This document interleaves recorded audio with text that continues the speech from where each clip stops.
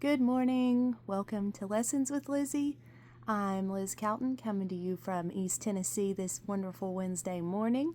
And I just hope that everyone has had a fantastic week. Summer is still going, but it's nearly gone there, and everyone is fixing to head back to school. And I know the kids aren't looking forward to that, but you parents are, I'm sure. So today's subject is a little bit on the darker side and something that no one really likes to talk about. It's death. Let's talk about death this Wednesday morning. Because here lately, I've been hearing the same phrase multiple times. Why do good people die? We wonder that, right? I mean, everyone dies, yes.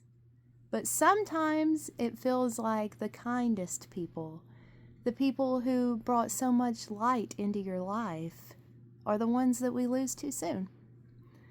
And there's not much we can say to make a difference when that happens, to make people feel better about the subject.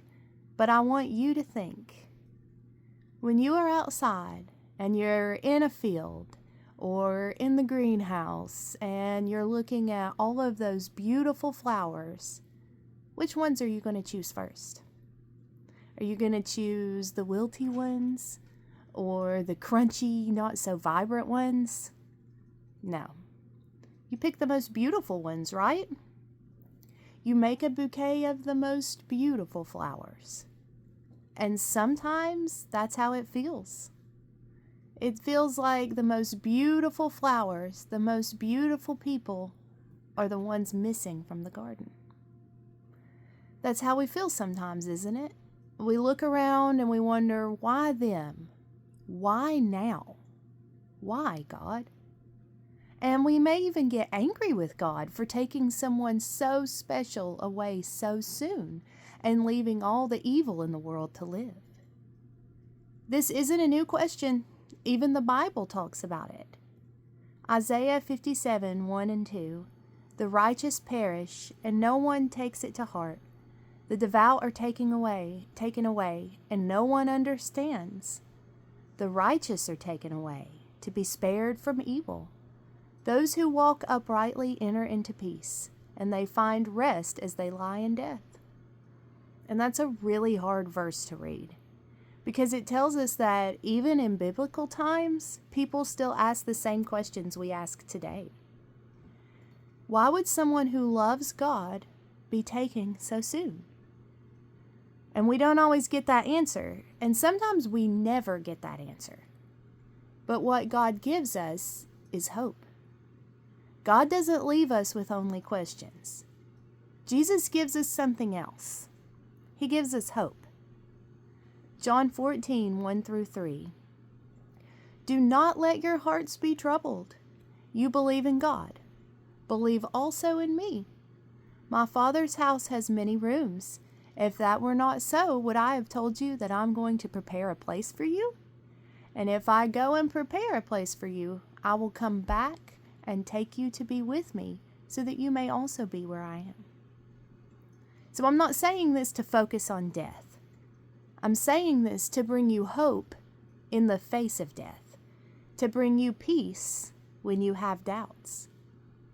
Death, because if life was all there was, death would be the end.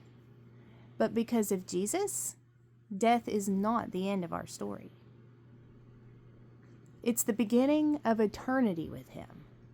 Those beautiful flowers are no longer suffering. They're no longer hurting because they're with Jesus. And we as humans may be sad because we're on earth and we miss them and we wish we had more time. But because of Jesus, those who belong to Him are with Him. And one day we'll see them again.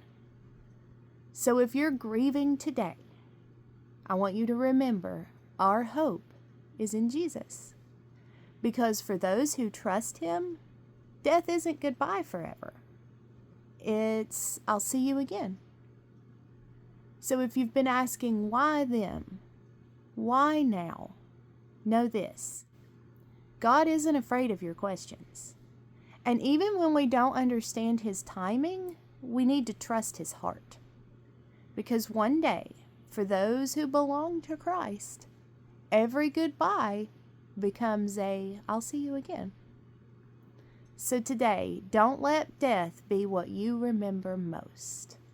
Remember the life they lived. Remember the love they shared. And remember the hope that Jesus promised. Because for those who trust Him, death is not the end. It's home. Thank you for tuning in to Lessons with Lizzie. See you next time. And remember, Jesus loves you, and I do too.